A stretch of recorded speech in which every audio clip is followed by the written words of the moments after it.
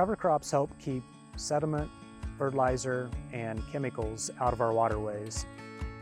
All of the water that goes across fields has potential to pick up sediment, fertilizer, and herbicide, and it's important to keep those out of our waterways. And one of the ways that we're doing that is by having a growing cover crop on the field over the winter months.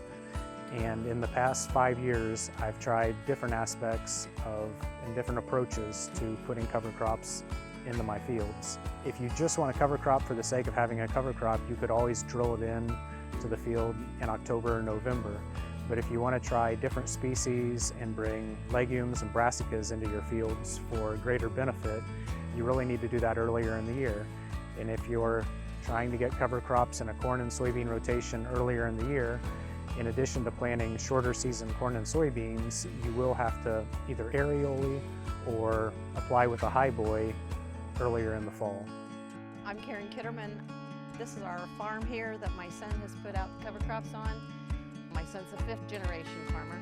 He seeded it last fall after the harvest was off, and then no-tilled beans into it this year, this spring. Came in 3 days after he planted and sprayed. He baled 5 acres off of it of the rye, cereal rye for the cows, and it'll make a nice moist hay for the cows. What I like about no-till and cover crops is you plant certain things, like if you're going to plant corn into it, you want one that retains the nitrogen. And they've proven the cover crop retains the soil, and not just the soil, but the soil nutrients, your fertilizer. And as it decomposes, it releases it back into the ground and the plants can use it. Right now we have a grant, and there are various grants going on to help the farmer with the cost of his seed, some through NRCS. Ours is just through the County Soil and Water.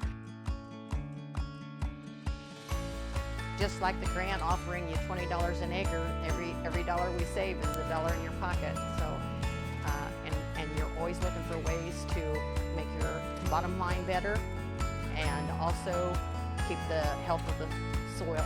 Farming is a business just like any other business. We have to be efficient and productive, and we have to make a profit at the end of the day.